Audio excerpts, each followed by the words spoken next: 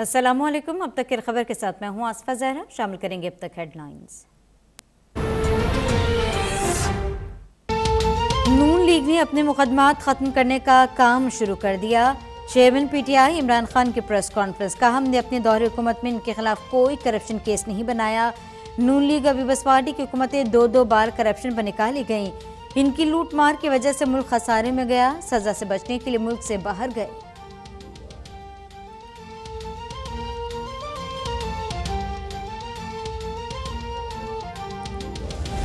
वजीर दाखिला राना सना कहते हैं, इमरान खान फितना है, गिरफ्तार किया जाएगा। वाक़या मस्जिद नबी में जो भी मुलव्विस होगा उसके खिलाफ कानूनी कार्रवाई होगी। लोग ईद पर खुशियां मनाते हैं मगर ये एहतजाज की कॉल दे रहे हैं। मरियम औरंगजेब ने कहा, इमरान खान ने मई के आखिरी हफ्ते में अपनी सियासी मौत का ऐलान कर दिया है।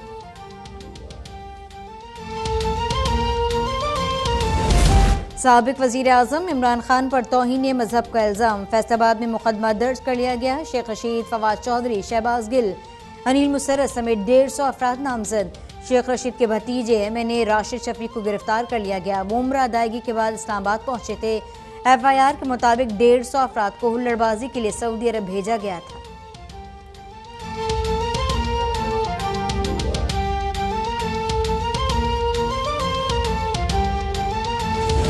फैसलाबाद पुलिस ने साबिक वजीर दाखिला शेख रशीद की तलाश शुरू कर दी। गिरफ्तारी के लिए अवामी मुस्लिम लीग के दफ्तर पर छापा मारा गया।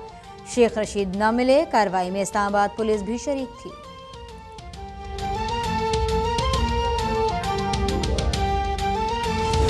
हुकूमत इंतकाम पर उतर आई है। ये लॉन्ग मार्च नाकाम बनाना चाहते हैं। शेख रशीद का रद्द-ए-अमल आ गया। अब तक से गुफ्तगू में कहा, ये लोग जहां जाएंगे इनके खिलाफ नारे लगेंगे। फवाद चौधरी ने ट्वीट किया, आप तो लॉन्ग मार्च के ऐलान से ही घबरा गए। मुकदमा इंदराज के खिलाफ फैसलाबाद में पीटीआई कारकुन आज एहतजाज करेंगे।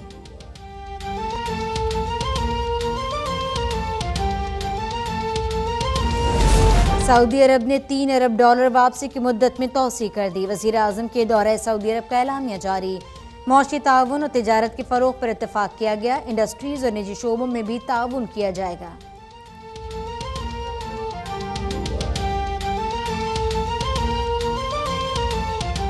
मजदूर आदमी चौंक के खड़े हैं ते सारी दुनिया अपनी शॉपिंग शूपिंग कर रही है, असी मजदूरी पीछे फिर रहे हैं। भाई ईद आ रही है, कोई नहीं, मजदूरी नहीं मिल रही, बच्चे भूख के बैठे न।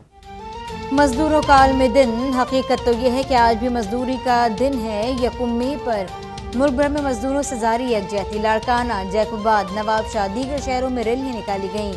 सांगड़ में मशल बरदार रैली का एहतमाम। शुरका ने वर्ल्ड बैंक के खिलाफ नारे लगाए।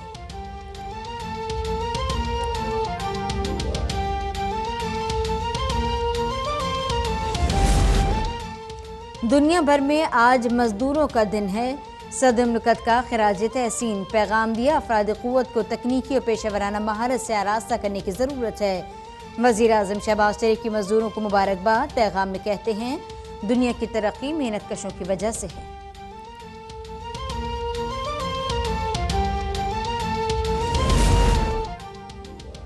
मजदूरों के हालात बदलने तक मुल्क की तरक्की ख्वाब रहेगी। वजीर खारजा बिलावल भुट्टो का पैगाम। कहा, शहीद भुट्टो की लेबर पॉलिसी आज भी कसौटी का दर्जा रखती है। सिलेक्टेड ने गरीब का जीना मुहाल कर दिया था।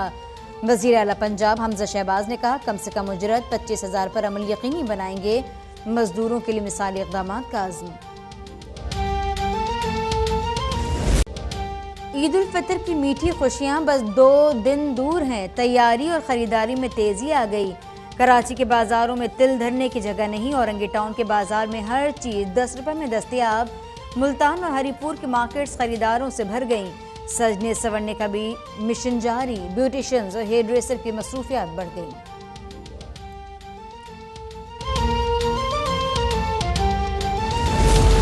ईद की खुशियां अपनों से मिलकर समेटेंगे। इस्लामाबाद से परदेसियों की आबाई इलाके वापसी जारी।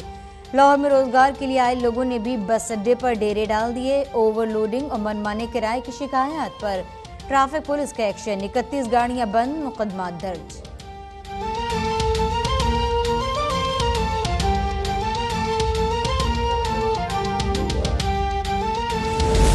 वज़ीर आला पंजाब ने चांद रात और ईद पर फुल प्रूफ सिक्योरिटी की हिदायत कर दी। District law and order committees को फाल करने का हुक्म दे दिया। वन व्हीलिंग और डीजल के ज़ख़ीरा अंदोज़ों के खिलाफ सख्त एक्शन का कह दिया। वज़ीर आला बहावलपुर रवाना हो गए, अमन व अमान का जायजा लेंगे।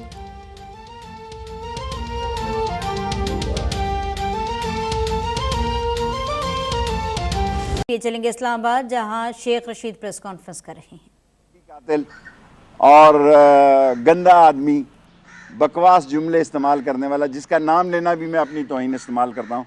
7 आदमियों के ख़िलाफ़ मैं थाना सेक्रेटेरिएट में दरख्वास्त दे आया हूँ कि ये मुझे कत्ल करना चाहते हैं और इमरान ख़ान की लॉन्ग मार्च को हादसे से दोचार करना चाहते हैं। ये इस मुल्क में खाना जंगी चाहते हैं, हम अमन से चाहते हैं। हम ये चाहते हैं कि PTI और उसके इमरान ख़ान के फॉलोअर्स जो हैं, इधर हो जाओ भाई, PTI और इमरान ख़ान के फॉलोअर जो हैं अमन से आएँ और जो तारीख़ इमरान ख़ान मुकर्रर करे। आज इमरान ख़ान ने वाइट पेपर भी जारी कर दिया है। इनको तकलीफ़ क्या है शेख रशीद से? मेरा भतीजा तो बड़ी स्लो पॉलिटिक्स करता है। मैंने इतनी बड़ी बात की है कि अगर मरियम औरंगज़ेबिया कह दे कि वो हरम में था और ये सारा काम इनके ख़िलाफ़ रोज़ा रसूल से बाहर हुआ है। कल जुमे के दिन ये बख्तरबंद गाड़ियों में भी गए हैं तो लोगों ने इनको चोर कहा है।